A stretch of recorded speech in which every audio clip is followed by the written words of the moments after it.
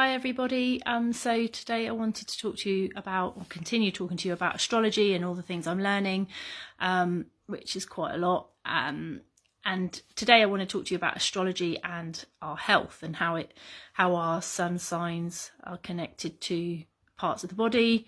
Yeah, it's really interesting, and also that goes into all sorts of different things like our diets and stuff like that. So I think it's really interesting. So this is the book that I have been following. For those of you that haven't been following me, the only astrology book you'll ever need. So each sign is ruled by a part of the body. And that will either be your strongest, it can be your strongest part, but it can also be your weakest area. The planets are connected to various glands in your body, and glands release hormones that keep the body functioning. So each sign also, as I mentioned earlier, has a specific dietary need for certain minerals and things like that. So it's really helpful to know that, because then we can make sure that we try and eat the right foods that match our star sign. So for each, one of the things I've learned is for each sign, there are certain zones and areas of the body that are receptive and will receive sexual messages through touch. And you can also use astrology to become a better and a more sensitive lover.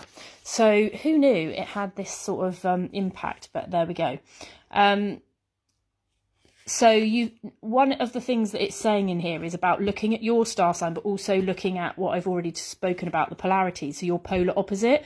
So mine is Capricorn. So it's saying that if you look at the Cancer and also Capricorn, then there often be like health tips and medical issues that will apply to both. So I've been making a lot of notes. So there we go. And then it talks about your diet. It talks about erogenous zones, which I sort of kind of a bit mentioned. And what else?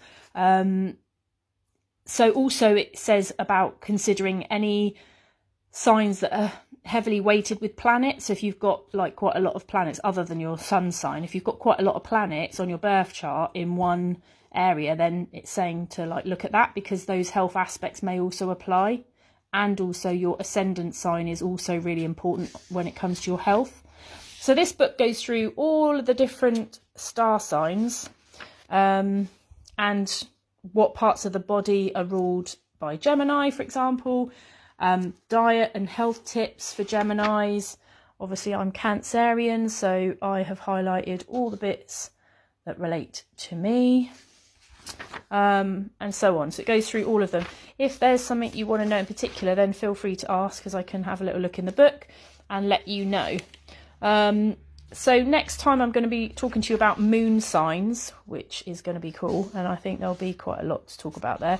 So yeah, so I think it's quite interesting, like understanding a little, especially if you have really maybe illnesses and maybe food intolerances or stuff like that. It may well be it will be connected to your star sign. So again, as I've said in previous videos, this is all about learning more and more about ourselves, more specific information. And you can see like how much more there is than just reading about, let's say for me, Cancer.